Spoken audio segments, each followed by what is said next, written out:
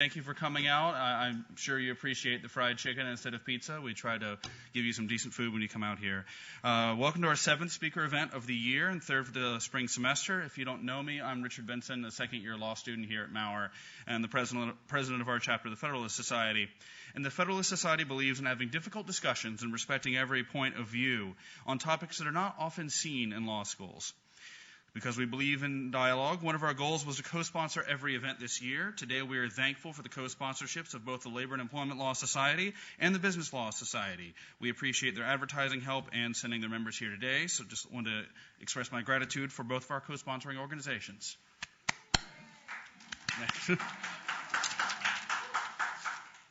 And on to today's event. For those of you who are a little bit confused by the title, The Wealth of States, it was a book written by a lot of conservative thought leaders in about 2 or 3 years ago that has served as a model for more of the red states to change a lot of their state and local government policies, one of which being right to work.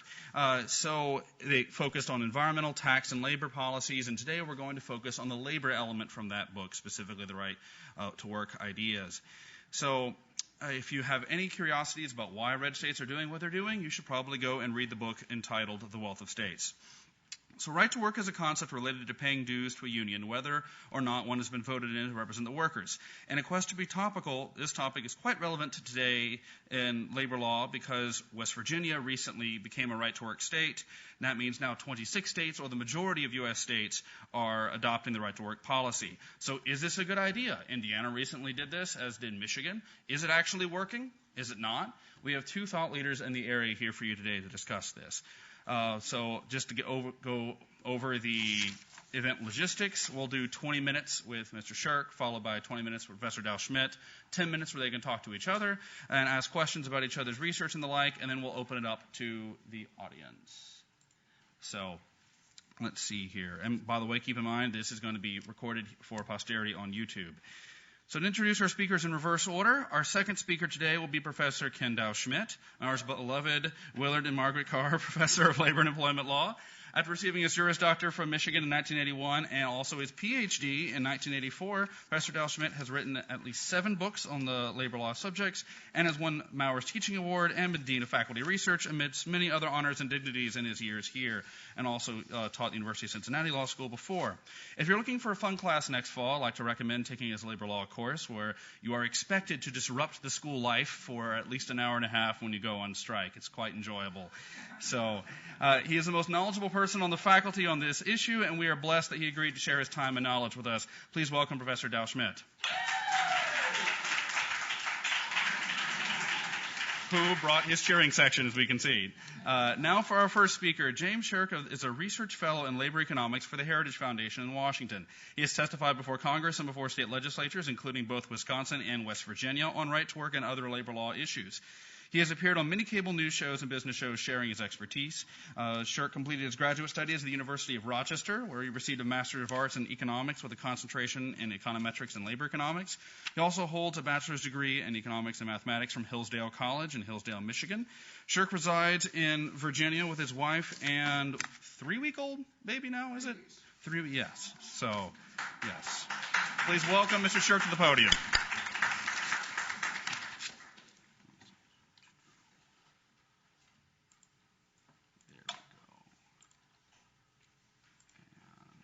Should be showing through. I don't know where the clicker is, so I think we'll just have to go to the mouse or that. Yes, okay. Let's see if this works. No. Here we go. Okay. Who here would propose allowing the National Rifle Association to charge a 2% fee on guns and ammunition sold in order to finance their efforts to protect the Second Amendment? Don't see many takers. Well, what about Americans for Tax Reform?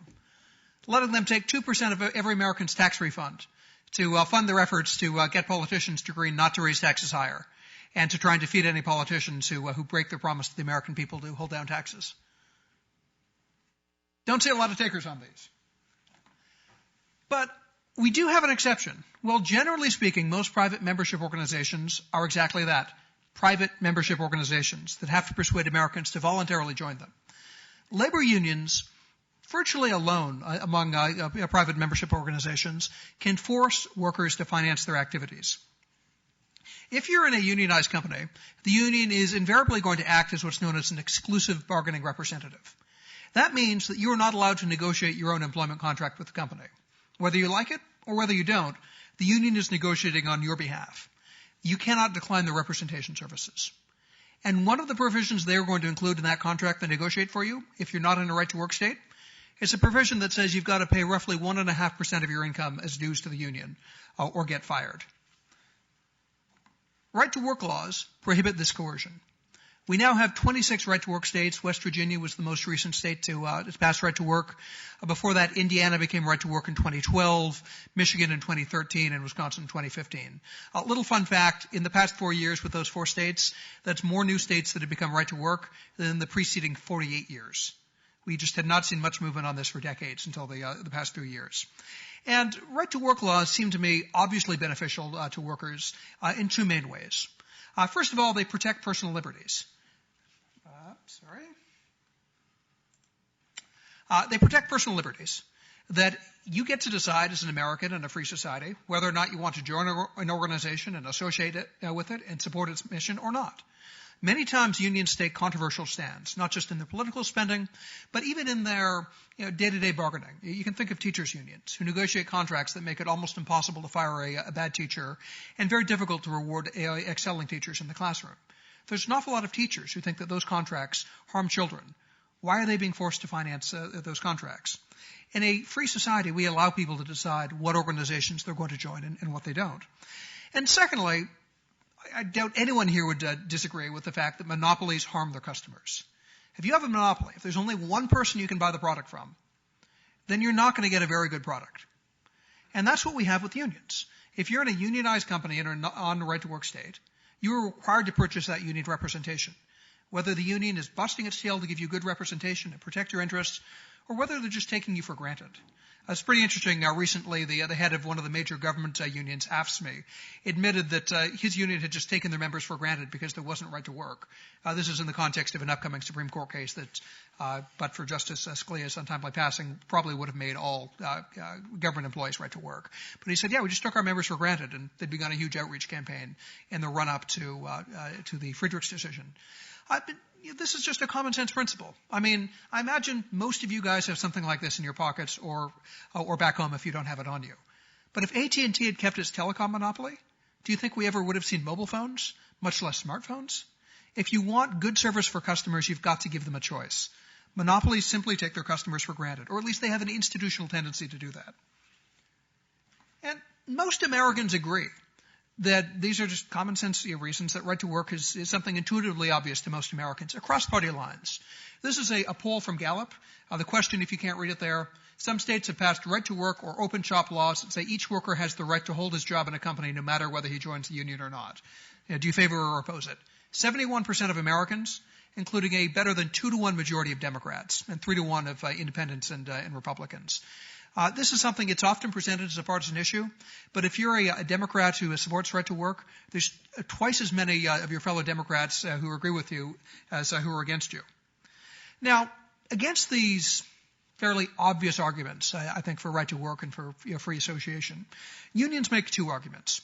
The first is the so-called free rider argument. And this is one that I actually think is a bit specious, and when it's coming from the mouths of union presidents, quite insincere. The argument is that unions can negotiate on behalf of all workers at a unionized company. This is totally true. This is what exclusive representation means. That they negotiate on behalf of everyone, whether you want in the union or not, it's negotiating for you. But they then go and say that, therefore, the workers who do not pay dues are free riding, quote unquote, on the union's representation services and should be forced to pay their, quote, fair share. That's what they basically call the opposite of a right-to-work law, a fair share law. Now, I don't find this at all persuasive because unions negotiate as exclusive representatives voluntarily. They don't have to do it. The Supreme Court has long ruled, this is just key excerpts from a Supreme Court case back in 1938, and this is still good law. The Court has reiterated this in subsequent rulings after Taft-Hartley passed. Very much the case that if a union wants to negotiate a members-only contract with the company, that's a totally valid contract that the courts will enforce. There's nothing in federal law that prohibits unions from negotiating contracts that only cover their members. Now, the fact of the matter is most employers would prefer that the union negotiate a members-only contract, because if they're only negotiating on their members, they're going to have less leverage at the bargaining table. And unions prefer exclusive representation for exactly that reason. It gives them more leverage to get concessions against the employer, but also because it gives them more leverage over the individual workers at the company. Now, this is a point that often gets just glossed right over, and I think it's very important. Union contracts create winners and losers within the unionized workforce. They benefit some members, typically those who have more political clout within the union, at the expense of other members. Think of seniority-based layoffs. If you're in a unionized company and bad times come across you guys, the new hires are the first ones to get laid off, and then the workers with the next tenure. And the senior workers get laid off last of all. Well, if you're a senior worker, that's awesome. You've got incredible job security. It doesn't matter about your performance. All these other people have to walk the plank first to protect your job. But if you're a new hire, that kind of hurts. One of my friends from college was an English teacher in Michigan right around the time the recession came. He got amazing performance reviews. All the students loved him. He was doing great work, and yet he was the first one to get let go when the layoffs came. The fact that he was doing better than the other more senior teachers simply didn't matter. The union contract hurt him to the benefit of the more senior teachers. But you need exclusive representation in order to allow this dynamic to exist. If you had a members-only contract, workers like my friend would simply say, excuse me, I'll negotiate my own performance-based layoffs, thank you. But then the workers with 2 or 3 years of seniority would be next in line for the layoffs, and they would say, not me. And pretty soon, everyone would have left the union because no one wanted to be forced to walk the plank to protect the unions, or the guys with the most seniority. So in order to get a provision like seniority-based layoffs, which is something unions very much like, and the senior workers who have the most clout within the union and vote in the union officer elections like, you need to have exclusive representation. The unions need to be able to force the workers they disadvantage under the contract in order to provide the benefits like great job security for those with seniority to those who have the clout within the union. These workers who are forced to pay the union dues are not free riders. They're forced riders. They don't like those provisions. And moreover, if unions wanted it, they could get rid of exclusive representation in a heartbeat. Ideologically, conservatives would be the first to say, look, you shouldn't be forced to represent anyone. Let's just go to members only. And every single time this proposal comes up, the unions lobby intensely against it. This is from Michigan, where they passed a right-to-work law. It took effect in 2013. The unions had complained about free riders, and so Mike Shirk, who is the state representative who authored the right-to-work law, proposed, hey, well, let's just get rid of exclusive representation in government. You guys only represent your members. And the unions were very quick, oh, no, that's not what we meant. Not at all. No, please don't. And there wasn't much of an appetite in the legislature for another fight with the unions, and it never passed. Same thing happened in Kansas in 2011. They have exclusive representation only because they want it. If unions were to lobby for members only as the only form of bargaining and no exclusive representation, it would have happened decades ago. And so that's why I think that the free riding argument is fairly specious.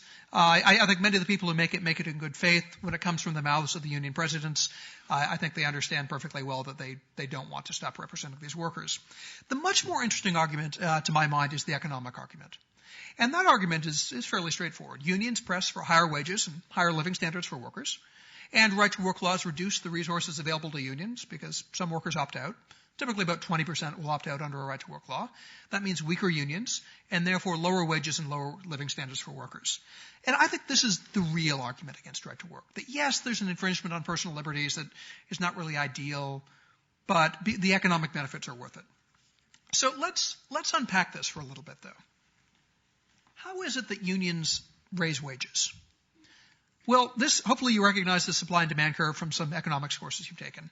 But what unions try and do is they try and control the supply of labor in a company through exclusive representation, or even better for them in an entire industry by organizing all or most of the companies in that industry, in order to restrict the supply of labor. If they can control the supply of labor, they can say, we're only going to sell you labor on these terms, and the companies basically respond to that by paying higher wages but hiring fewer workers at those higher wages. Now, there's a term for organizations that try and restrict the supply of something in order to drive up its price. Anyone know what that is? I think I heard someone say a cartel. That's exactly right. Open up a labor economics textbook, and you will find unions described as a labor cartel. Not that they have goons or thugs, beating up people in Mexico, but in the sense of like OPEC. OPEC tries to control the supply of oil in order to drive up its price, and unions do exactly the same thing. They try and control the supply of labor in order to drive up its price for their members. And when they're successful at doing this, a cartel, be it a labor cartel or an oil cartel or whoever else, if they can control the supply of what they sell, they do provide real benefits for their members. You can think of the United Auto Workers in Detroit, who up before the crash were getting about $75 an hour in a total compensation package. That's more than most PhD scientists get, and that's pretty good for a job that didn't require a high school degree. But they get these benefits at the cost of higher prices. Every vehicle rolling off the assembly line in Detroit was about $800,000 more expensive. At those higher prices, some families decided they couldn't afford a new car, and so therefore fewer cars are being built and fewer jobs are needed in the auto industry. You've got benefits for those on the inside of the cartel at the cost of losses, higher prices, and fewer jobs for those outside. And on net, the losses are bigger than the gains to those on the inside. This is why antitrust law generally prohibits cartels. It would not bring prosperity to America if we just created monopolies everywhere. Unions, they have a special exemption. They're special. But there's two implications of this. If unions operate as cartels, and they do, I just open up any labor economics textbook, the first implication is that successful unions are not raising workers' wages overall, but they're redistributing income between workers. The workers in the union cartel get higher pay. The workers outside the union have higher prices and thus lower real wages and worse job opportunities and slightly lower wages. It's not a net gain for workers, but it's a transfer between workers. So you wouldn't expect average wages to rise. Secondly, unions in a competitive economy don't have the power to do much. I mean, think about these guys here in OPEC. I gassed up my car for $1.53 a few days ago. Couldn't do that a few days ago. 3 years ago, I couldn't do that. Why can I do it now? Well, thank you, oil shale and fracking. That we've had this huge influx of supply into the market through this new technology, and as a result, we've got competition and the prices are coming down. Similarly for the unions.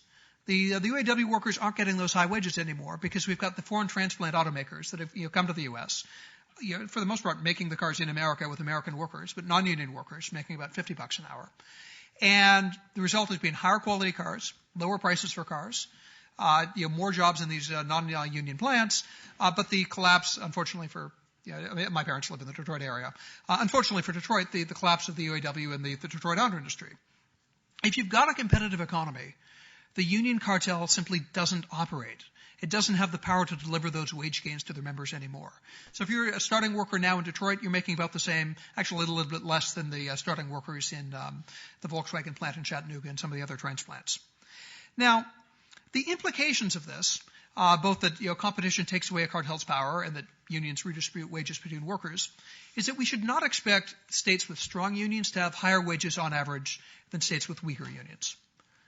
And that is exactly what the data shows, if you control for living cost differences. One of the major factors driving wage differences between states is just living costs. It's cheaper to live here in Bloomington than it is to live in New York City. It is cheaper to live in Memphis, Tennessee than it is in San Francisco. And employers, if they want to attract workers to those higher wage cities, they've got to pay them more to cover the fact that the wages aren't going to go as far. This is just an order from top to bottom of U.S. states and D.C. In order of living costs. And what you can say that it's split between right-to-work and non-right-to-work states. The right-to-work states are pretty heavily represented in the bottom tier of that, and the non-right-to-work states are mostly at the top. So you've got to control for the differences in living costs between states to make a meaningful comparison. Unions love to say the average worker in a right-to-work state makes $5,000 a year less than the average worker in a non-right-to-work state. That is true. But those wages have more purchasing power. So just as we adjust for inflation when we make comparisons over time, let's adjust for living cost differences. And when you do that, this is from, hopefully there's a few copies left of the report I have in the back, a study I did where we just control for things like education, experience, the industry you work in, and look at living cost adjusted wages. And what you can say is that if you don't adjust for living costs, wages are 13% lower in the right-to-work states. If you, basically that's the box there is basically a partial adjustment that some other economists did for living costs that only adjusted for about 75% of the difference. That still claimed about 3% lower wages. But lo and behold, fully adjust for the living costs, and the wages for private sector workers are statistically indistinguishable between right-to-work and non-right-to-work states. Government employees, we do see a difference. Government employees do make about 5% less in right-to-work states, but that's operating through a different channel. Basically, government unions get higher wages for their members by basically trying to elect their own boss. They spend a lot of money on politics, and they elect sympathetic politicians, and then those guys give them high-paying contracts. Right-to-work state, they don't have as much money to elect their friends, and so they don't get quite as much. But given that most government employees make more than a comparable private sector worker, I'm not crying too hard over that. But in the private sector, we just don't see any effect. The right-to-work states with much weaker unions have exactly the same real wages on average as the non-right-to-work states with the stronger unions. But it's actually even a bit stronger than that. Companies whose workers vote to unionize don't get higher wages anymore. This is from a study done by an MIT-trained economist by the name of Brigham Franson. And he took a look at all of the National Labor Relations Board elections that have been conducted between 1980 and 2009 and basically connected it to payroll tax data. So very, very precise data on how many workers you have at that company and what they're getting paid. And the idea is very simple. Let's look at the workers who narrowly vote to join the union, say 52% vote yes versus 48% vote yes. That's pretty close to random assignment of are you in a union or not. And let's see how the wages change. And so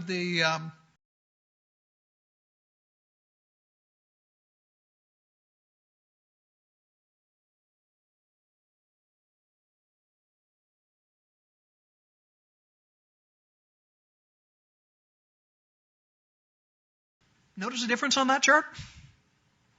There isn't one. Even at unionized companies, voting in a union doesn't get you wage growth. That in the competitive economy that we have today, much more competitive than in the 50s and the 40s when the unions came to be dominant, we just don't see much of an effect in those unionized firms on wages being higher. So what's the justification for forcing those union members to pay higher dues?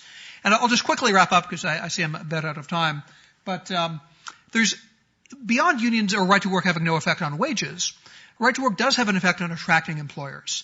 Because unions organize very aggressively in states and put a lot more money into union organizing in states which they can force workers to pay dues. Because even if it's only, say, a 30% chance that you organize the plant, if you get in and it's 1,000 workers and that's $500 a year in dues, that's $500,000 a year you've got until that plant goes under. I mean, it's a huge financial payoff. In a right-to-work state, if the workers are happy, they might not join the union, and there's just not as much money at stake for the union. Well, companies know this, and so they decide basically to locate it in right-to-work states. It's no accident that most of the foreign transplant automakers located in the South. Boeing very deliberately located their new assembly line in right-to-work South Carolina instead of non-right-to-work Washington State. And there's a very dramatic example of this just recently in Warren County, Kentucky, basically Bowling Green, Kentucky, where they passed a local right-to-work law. It's being challenged in court. It's being appealed to the Sixth Circuit right now. But 3 months after they passed that local right-to-work ordinance, this county of about 100,000 people was contacted by about 30 different economic development projects saying, hey, we love you guys. We loved everything else about you. You weren't right to work, so you weren't on our list. Let's talk now. That was more interest than they'd seen in the previous decade in just 3 months after passing their local right to work ordinance. It makes a very big difference in where companies decide to locate. And, not surprisingly, this means lower unemployment. So this is just an analysis of the unemployment rate in right-to-work states, controlling for other factors that you might expect would affect it. And what we see there is, with all the demographic controls, very statistically significant that right-to-work states have about 1 percentage point lower unemployment rates. Not 1%, 1 percentage point. And so right-to-work doesn't have any effect on wages, but it attracts jobs, it protects personal liberties, and it gives the workers a choice about who's going to represent them, and it breaks up the monopoly. What's not to love?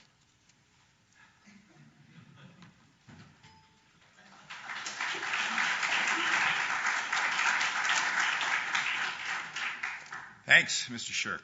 I actually, when they asked me if I do a debate here, I thought, geez, am I really the one to do a debate? And when I got into Mr. Shirk's paper, I saw actually he debates a lot, and he tends to debate with the same people. And he tends to, it seems as though the Economic Policy Institute and the Heritage, the Heritage Foundation, are kind of diametrically opposed. In other words, the EPI, the Policy Institute, is funded by organized labor and progressive groups, and they tend to go around and testify on the union side, whereas the Heritage Foundation is funded by very wealthy people and corporations, and they tend to go around and testify on management side. And so I wondered if I was really the right one to testify here, or at least to debate. And what I'm going to do is I'm going to set out the problem as I see it, because I do think he has made some exaggerations in his statement of the problem. And then when I get to where my biases are, I'll tell you what my biases are, because everybody has biases, and I have biases in this. But I'm not actually funded by a union or a big corporation or anything like that.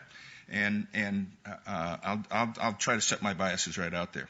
But basically, the way he's overstated it, he stated that, he starts out asking you about how about a tax on everybody to support political activity by one group.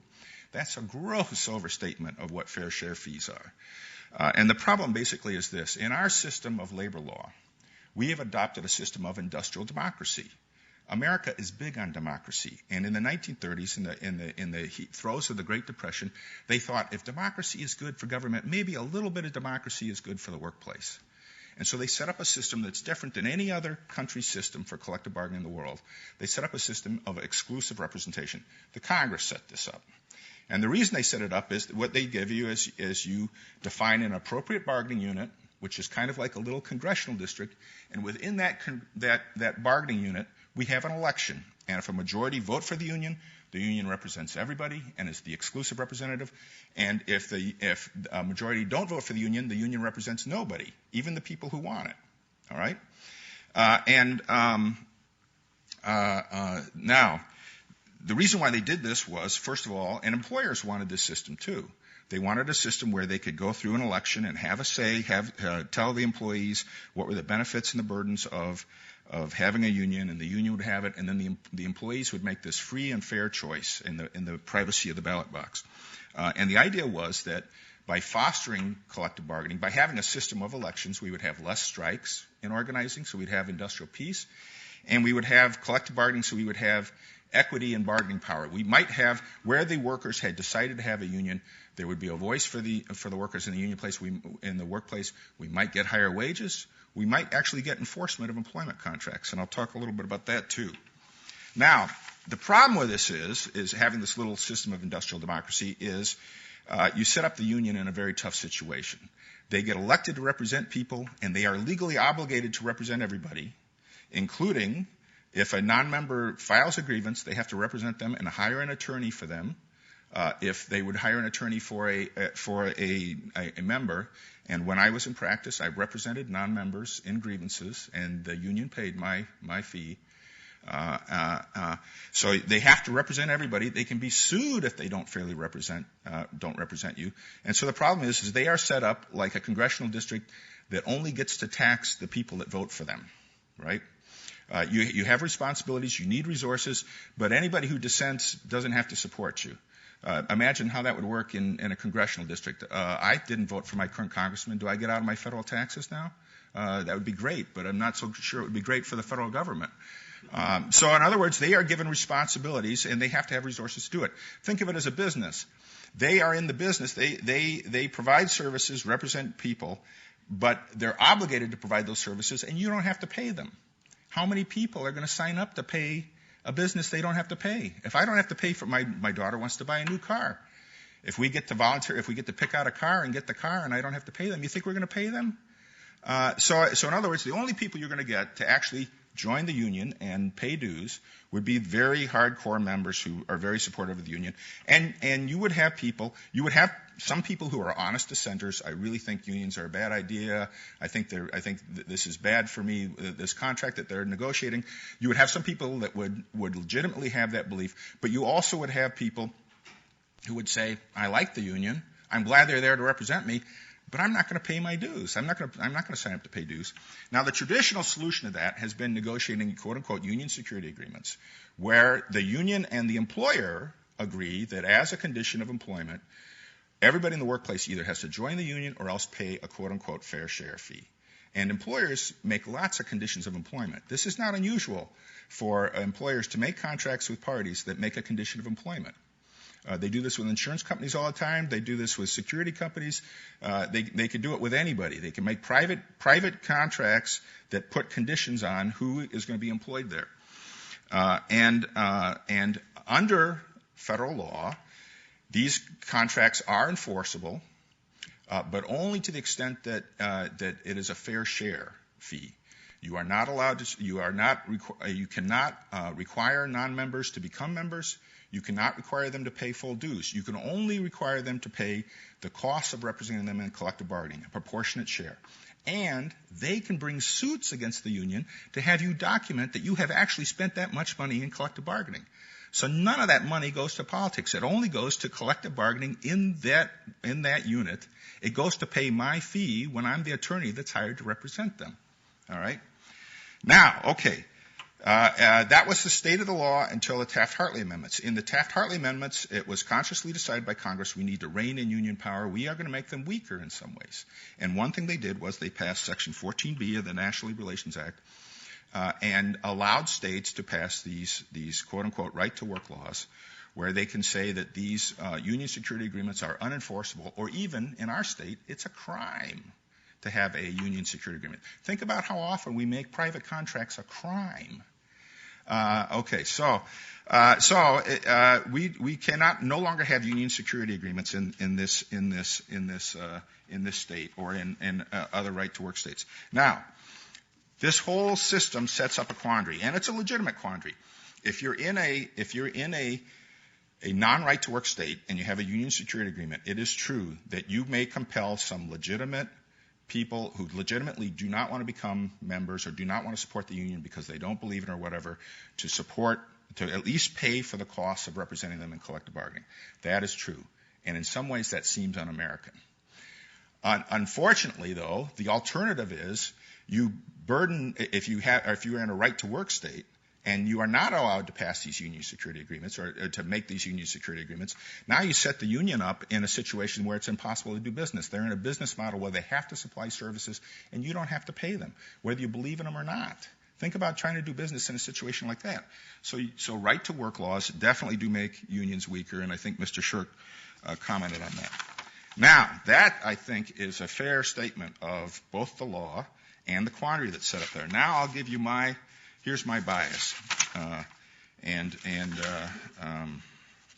great thing about being a tenured professor is you can say exactly where you're coming from, and nobody, I don't have unions pressuring me, I don't have companies pressuring me, the university dare not pressure me. My bias is I grew up a working class kid who was lucky enough to get a hell of an education, So, pardon me, I get emotional about the working class. Those are my homies. I really want what's best for the working class. And I have to tell you, and the middle class, I take that, broadly constrained, the bottom two, the third and fourth quintile of the income distribution, those are my people. It's not that I don't like the other ones. And actually, I'm in the second quintile now. I'm outside of, I make more money than my homies, but those are the ones I care about. And so what I really want is what's going to be best for them. And if I really thought making unions weaker would be better for them, I'd be all for it. But the fact of the matter is, when you look at the middle class right now, it is under attack. Free trade and changes in the law have made it very hard on the working class. Job opportunities are less. Pay has been flat for years. The distribution of income has become much more unequal. I actually wrote down some of these stats. From the time when I was a kid to now, the top 1% has gone from getting 10% of the income in this country to 20% of the income in this country, while the third and fourth quartile, so we got 1% versus two quartiles, so 40% of the population has gone from 28% of the income to 22% of the income. That's not even including the poor people, the lowest quintile. But the ones, the working class, they've gone from 28% to 22%. And statutory protections are being undermined. Now, that's why I would argue, and what I see is happening, and this is, again, my bias, I cannot prove to you this is happening, but as the global economy has weakened our working class, the upper class is pulling up the ladders behind them. They are making middle class institutions, public education, and unions weaker. Think about the last time we had an increase in funding for public education. Where it comes from now is we charge people money. We charge you guys money. There's no, we're undermining our system of public education. Those were the systems by which people that were in my situation got into the second quintile, which is where I am now. I got a damn good education. And unions, I think, also played a role, not so much for me. I was not lucky enough to work in a union shop. They played a role in terms of people getting into the middle class and maintaining a good lifestyle where they could have kids and a house and possibly send their kids to college. So I would argue we need ways to make unions stronger, not make them weaker, and that's why I would actually be opposed to and was opposed to the right to work law in the state of Indiana. I think we need to make unions stronger for two primary reasons. I think, well, actually a list of primary reasons.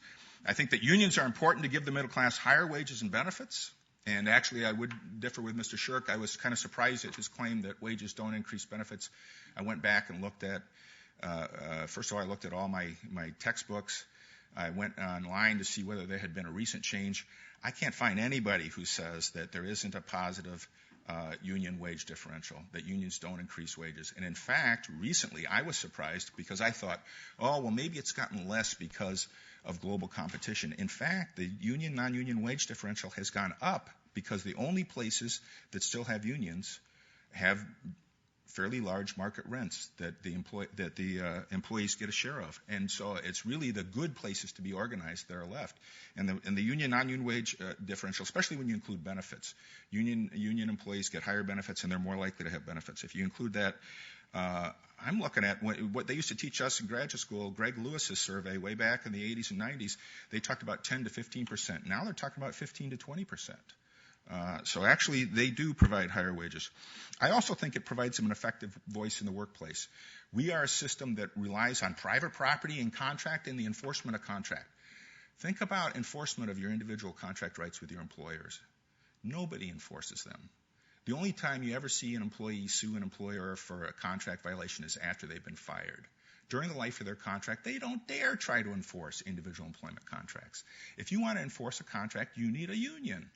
So just to make our basic system of contract and property work, you need collective representation. Also, and very importantly, I think you need unions so that the middle class have a voice in the legislature, a very effective voice. The organizations that support the Heritage Foundation, GM, big corporations, Coors gave the original money, the wealthy people, the Koch brothers, they are very well organized. They have concentrated wealth. They are very powerful in the legislature and Congress. If workers are not allowed, or we don't encourage them, or if we don't support them in combining sometimes for their common interest, who's going to represent them in the legislature? And we're going to get laws that are more and more biased against workers. And I actually have an example for him when we get to questions. But that's my basic presentation.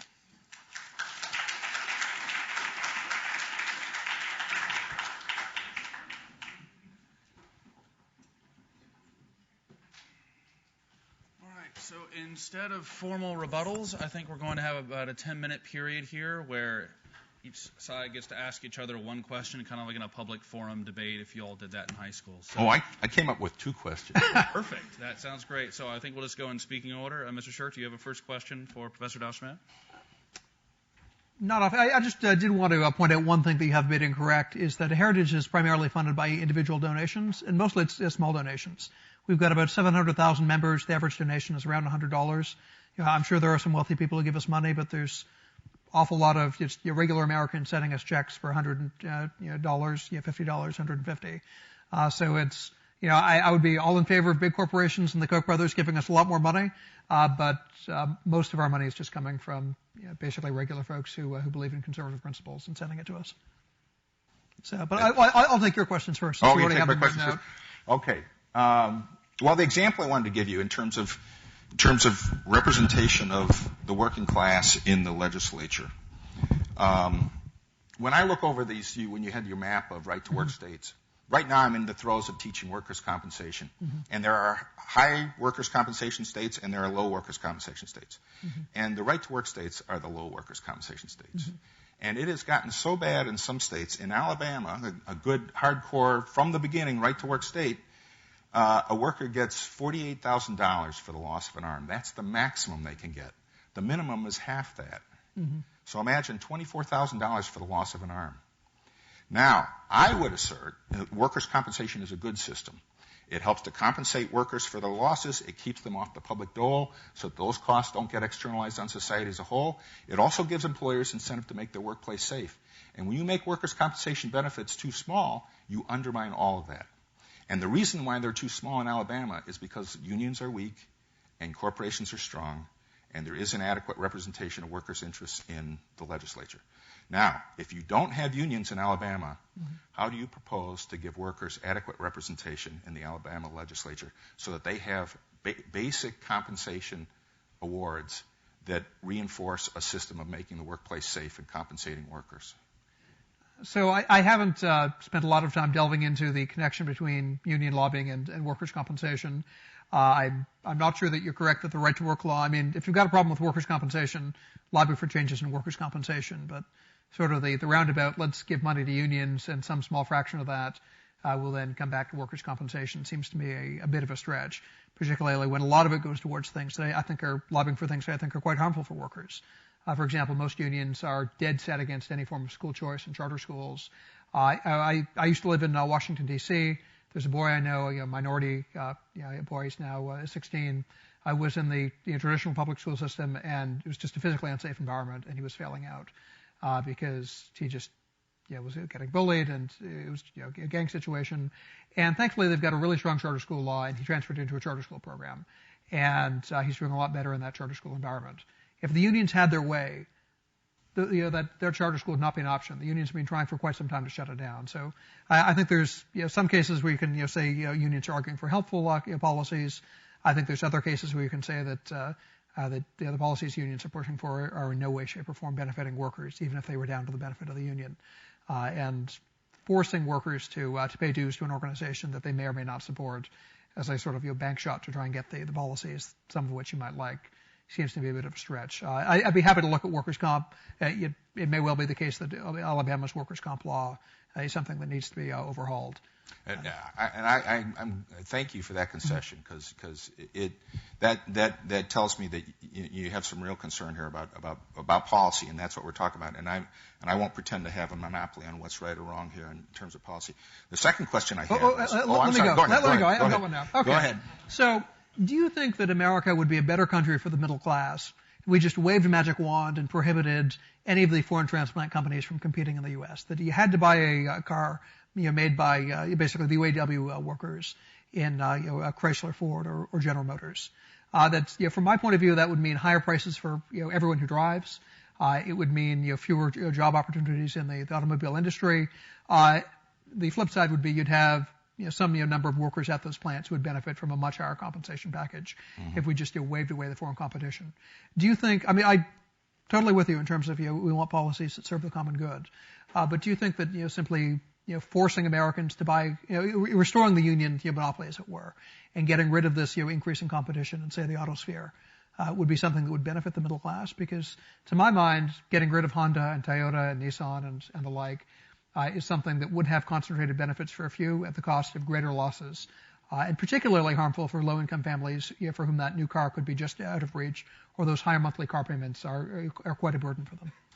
I would say, in terms of free trade and whether we should prevent free trade or raise tariffs or whatever, I guess Trump is talking about this now. I don't think we can stick our head in the sand. I think the global economy is in some ways good. I do worry that we have rushed into it too quickly. And the simple economic model of free trade tells you that is not a Pareto optimal move, that workers in high-wage countries are going to lose income. And that has been borne true with a vengeance. If you look at the global distribution of wealth, free trade has led to workers in poor countries getting higher wages, and it's led to capitalists in rich countries getting higher wages. But the American middle class has been devastated. And I think you see that in the current election, in the discontent that you see in the current election, supporting both Trump and Sanders. So while I don't think that we can stick our head in this, the other thing I worry about with global free trade is we are in very uncharted economic waters with some very shaky dancing partners. If the speculative model in the speculative markets in real estate in China crash, Their banking system is rotten to the core, and if they crash, we will crash. And when people look back on that, they'll say, why were we so anxious to get in bed economically with China? Now, I'm not saying we should put our head in the sand and be island USA and not engage in free trade, but I think we do have to think about how fast we do this, and I do think we have to think about what the standards of our dancing partners are, because there could be, and I also don't think the worst is going to happen. I don't think the worst is going to happen, but the worst would be awful, a global depression. Now, second question for you. You express admirable concern for dissenting workers. And I have to admit, when I think about their problem, the legitimately dissenting workers, I really hate unions. I could even have religious objections. It's true they don't force me to be a member, but now I have to pay to support at least collective bargaining in my own unit. That seems unfair. What about dissenting shareholders? Citizens United now allows corporations to spend any revenue they have on politics. Their revenue is my pension. They can take my pension money, GM can take it and spend it for the Heritage Foundation or anything else, or they can lobby politicians or whatever with it. They don't even have to report to me that they're using this money. Shouldn't shareholders be able, and not only that, I'm required by law my employer sets up this little plan that my money has to go in, and that I am limited in where I can invest it. I have only certain mutual funds I can share. And there are no mutual funds that report we don't have politics or anything like this. So I have no effective choice not to have them use my money for politics. Shouldn't I have an option to say, corporations can't use my money for politics? If they want to use somebody else's money, fine. But they have to pay me a special dividend for the amount of money that they're going to take out of my retirement to spend on politics. Should I have dissenting rights too? Well, I think, first of all, you shouldn't be forced to invest in companies. If you don't want to invest in a company, I'd be totally in favor. I'm a bit surprised that they force you to put money into in mutual funds, and I can know what percent of which company it is, but I don't even know which company is spending on politics because we don't have any system for them to feed back to us about who's spending on politics. But so first of all, you shouldn't be forced to invest in a company or in shares. But I think there's an enormous gulf in terms of the difficulty of telling a worker that you need to just go find another job in another company, possibly in an entirely different city, and saying, well, you can sell your shares in GM or whatever the company is, and buy shares in something in the Shanghai Stock Index or whatever it is. I mean, if you're an investor, it's a very, very simple thing. I mean, people do it all the time, rebalancing their portfolios. It's almost costless. And if the shareholders want to say, companies, disclose your political spending, you can have a shareholder resolution and have the shareholders vote to do that. For a worker, telling them, go find a different job, just economically, you've got what we call match-specific productivity. So if you've been working at a company for the past 7 years, there's things you've learned about how to work at that particular company that aren't going to necessarily translate. Some of your skills will translate to other firms. But what we generally find is that when you've got a layoff, say a company just goes under, no fault of the workers, but they're just laid off, that their wages tend to be 10, 15% lower when they find a new job because they've lost that match-specific productivity. They might have to move. They might have to sell their house. I mean, the level of coercion, I think, in terms of telling someone, you lose your job if you don't support this political spending. In terms of the disclosure, I mean, I used to be a big fan of disclosing. It's like, all right, everyone disclose their campaign finance, and then everyone knows where the money's coming from. Until I realized that it's basically a one-way street of intimidation from the left. That what the left will systematically do is go ahead and protest and attack, and you do a brand attack against anyone who basically supports people on the right. So you had in Minnesota in 2010 in the governor's race, there was I think Target was spending some money that was going to benefit the Republican candidate, and just massive protests outside of Target, and the company immediately backed off. You've just got a lot of social pressure, and the left is, it's very effective. The campaign against ALEC would be another example where anyone who supports ALEC, which I think does amazing work to promote the common good, are now facing these massive attacks. So to the extent that disclosure is being used to basically suppress speech and trying to shut up voices that folks don't like, then I've come around and said, this disclosure is not actually so helpful anymore. You think ALEC does fantastic work, and you can give your money to them, but I don't think that, and I don't know why my pension should be paying for that.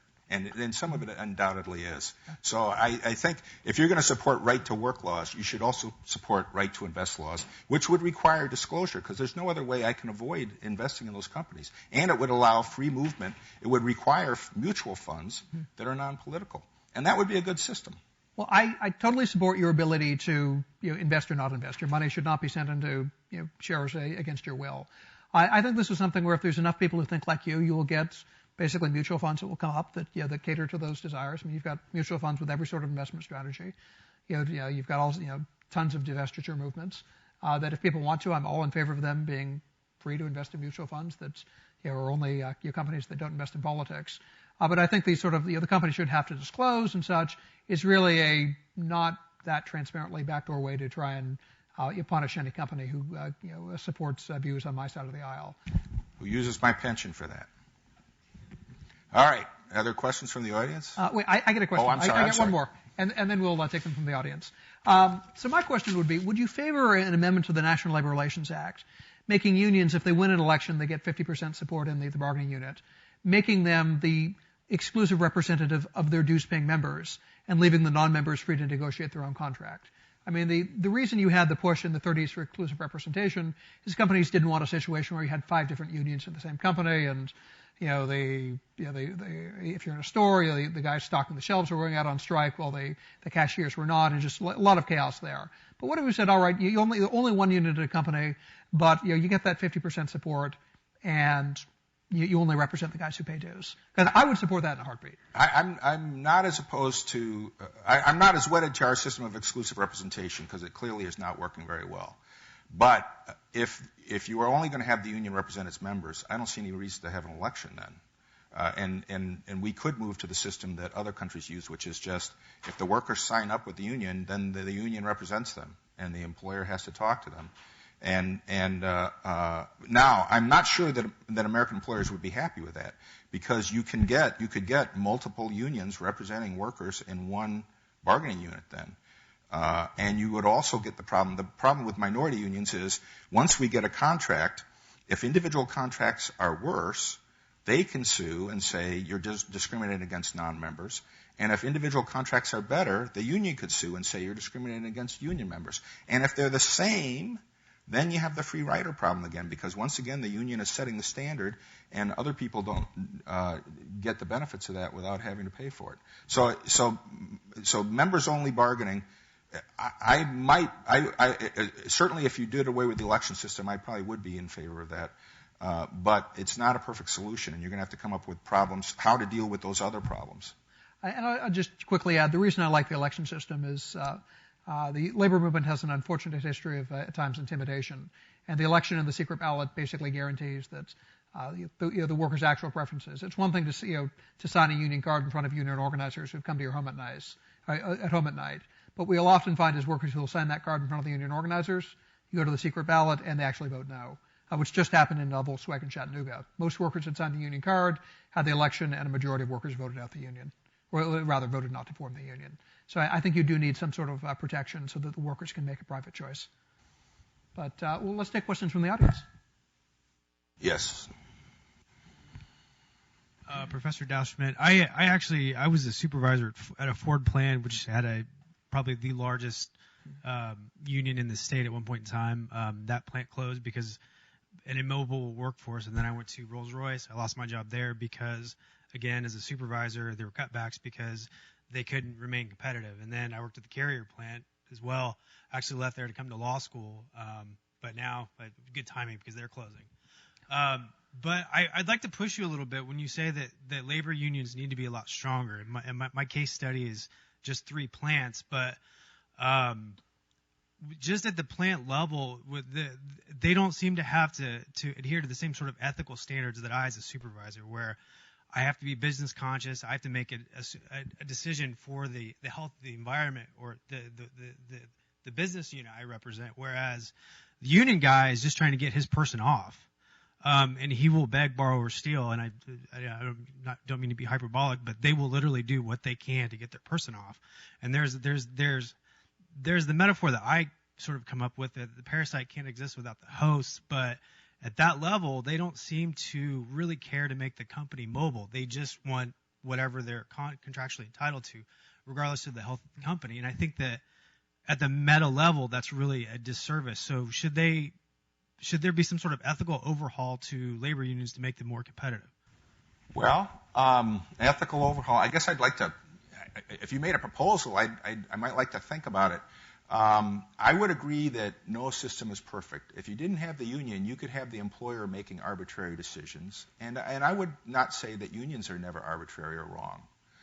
But I do think the overriding function for both of them is they have an interest in mutual success.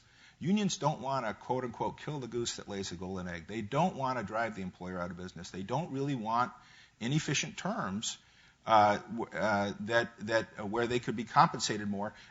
Inefficient terms in a contract only add waste to a contract. It doesn't add money to their pocket. And so they actually have, I think, the same economic incentives that the employer does. They see it from the employee's perspective, not just from the employer's perspective. And sometimes employers don't always understand. The employees have a different perspective in all this. But I wouldn't pretend that they're perfect. I think the overriding incentives are probably as good as they are for management. But I don't know if you wanted some kind of ethical guide for management unions, I might be fine with that. I mean, if we actually do have some common law standards on discharge and violation of public policy and things like that. So we have developed things like that. But depending on exactly what your proposal is, I might think it was a good idea. I'd just add that your experience isn't that unusual. The same guy, Brigham Franson, who did the study on the wages, part of that study he looked at just the probability that the plant goes bankrupt. And he found that 7 years after a union organized an election, the workers who'd voted to unionize vis-a-vis those who'd voted not to unionize, the plant was 10 percentage points, not 10%, but 10 percentage points more likely to have gone out of business and simply liquidated than the workers who voted to stay non-union. So there is, I agree that the unions don't want to kill the host, so to speak, but it's not not at all is it infrequent that they miscalculate and that they do push the host over the edge. I will give you my perspective on that, too, is that the manufacturing jobs that our country lost would have been lost whether they were union or not. The minimum wage in Shenzhen, China right now is $1.25 an hour, and they pay their workers 40 hours worth for 60 hours worth of work. I can't do the math on my head, but so they're basically at two-thirds $1.25.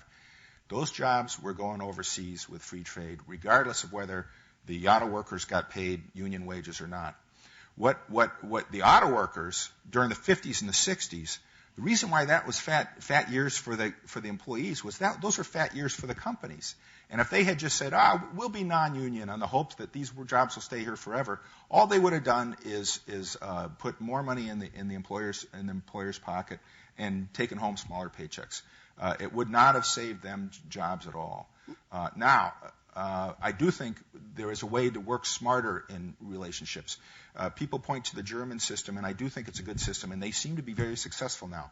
Their auto workers get paid twice what our auto workers do, and they make more cars than we do in a country that's one-third the size.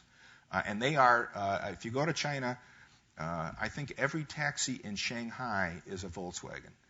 They are doing very well in the developing countries. And the question is what are they doing differently? What are they doing differently? And I think they have more cooperative labor relations. They have a partnership between management and labor, not a partnership between management and capital. And I think they have more productive workers. We have to increase the productivity of our workers. But I think we can be successful like that. Let me just give one brief bit of pushback. If you look at the manufacturing jobs in the U.S., between the late 70s and today, and you can verify this, go to unionstats.com. It's a professor from Georgia State who maintains all this. He's got union membership by industry. We have the same number of non-union manufacturing jobs in the U.S. today as we did in 1977. The number of union jobs we have has gone down by 80%. The loss of manufacturing jobs has really been more of a deunionization than a deindustrialization. On net, the non-union guys have, they went down some in the most recent recession, but relative to the 1970s, same number of non-union manufacturing jobs, 80% fewer unionized manufacturing jobs. I mean, it's just stunning the extent to which the union firms have got wiped out. We got another question here. I was wondering if you could address Professor Dau Schmidt's point about representation. And if I'm a low-paid worker, I can't access an attorney, I can't afford to lose my job, and my contract is being violated, like how would I go about doing that without the collective representation that's provided by the union? Look, if workers feel they want to join a union, by all means. I mean, I think management gets the union it deserves. If if a company is treating its workers badly, they're probably going to unionize, and that company deserves it. And workers ought to have that option of unionizing. What I'm opposed, and vice versa, if the company's treating you well, you're probably not going to vote in a union. What I'm opposed to is forcing workers to join the union. I think that the union should be free to form if the workers want it, and only those workers who want the union should be the ones required to pay dues. Unions have the ability to negotiate members-only contracts. They just choose not to. But if you want to join a union, by all means. Okay, just a follow-up. So do you think that unions shouldn't have to represent non-members then? Is that what you're proposing, that if I'm a non-member, I shouldn't be able to get Professor Dau Schmidt as my legal counsel if I don't pay the dues? Yeah, that's what I would support. I would support a members-only contract. If you're a non-member, you can, maybe your company treats you well and you think you don't need to pay for the grievances, or if you're a non-member and you think maybe I've got a problem, then you join and you get the representation. Okay, and this is my last follow-up. So then, if I'm that non-member, and the company is treating me horribly because I don't have that representation, how do I go about getting my rights enforced? Well, again, it's you weigh the costs and the benefits of you. I believe in a free society. If you think that you're in a situation where your company is not treating you well, then by all means join the union. If you're in a situation where you think the company, many workers, you take a look at Gallup polling, and it's about 2/3 of Americans, actually a bit more than that, say that that their boss treats them well and they're satisfied with their boss, and that their company treats them well. They get recognition for their accomplishments. Most Americans think their employer's doing a pretty good job. You hear about the people who think it's doing a bad job, but I think a lot of people simply feel that that's $500 or $1,000 a year in union dues. That's money wasted, that they don't need it, and you shouldn't be forced to purchase that service you don't think is valuable. If you're in that minority who your company's treating you badly, you absolutely ought to be able to unionize. I support that, but you should not be forced to make that choice. And if you can't unionize, their only effective option is to go to another job, which, as you pointed out, is very arduous, right? I mean, so in other words, if your employer's not treating you fair, it's okay to say, well, you have to go find another job. But if you don't want to if you don't want to pay your fair share to support the cost of collective bargaining in your unit, then it's too arduous to say you have to find another job. More question. So, Mr. Shirk, you gave a lot of anecdotal evidence where, in your experience, unionization has been bad for people that you know. So, to give anecdotal evidence on the other side, how do you propose in a system, as you proposed, where the union only represents members, it's not an exclusive representation contract, how do you propose that the high school educated dropout, how does he effectively negotiate a contract on his own behalf? Well, the fact is, right now, 97% of Americans in the private sector are negotiating for themselves. And ultimately, your pay is going to be based on your productivity. If you're someone who's not producing much, let's say that your labor adds $10 an hour in revenues to your company. There's no amount of negotiating that's going to get that company to pay them $12 or $15 an hour. That's just not going to happen. Your pay is pretty closely tied to productivity.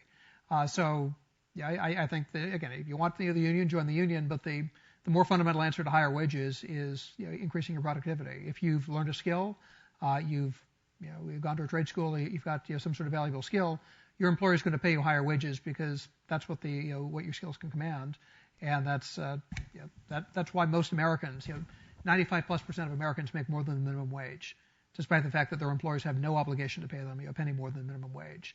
They make more than that because their skills and their productivity are worth it. And if the employers want to attract the skilled and the talented workers, they have to pay them more than $7.25 an hour. So I think the fundamental answer is helping workers like the boy I know in D.C., helping them get a good education, helping them get the skills. We might be able to find a lot of common ground on higher education being way too expensive and looking for reforms to make it less expensive. But the vast majority of people right now are not in a union. Negotiating an individual contract is not all that complex. It's what most people do. And what's going to limit that contract is your productivity. The key is finding ways to increase that productivity. I appreciate everyone coming. It's a little bit after 1, so we need to wrap this up and let Mr. Shirk get back to Virginia. So let's thank our panel. Thank you. Good Thank job. you. Yeah, that was fun. Yeah. Yeah.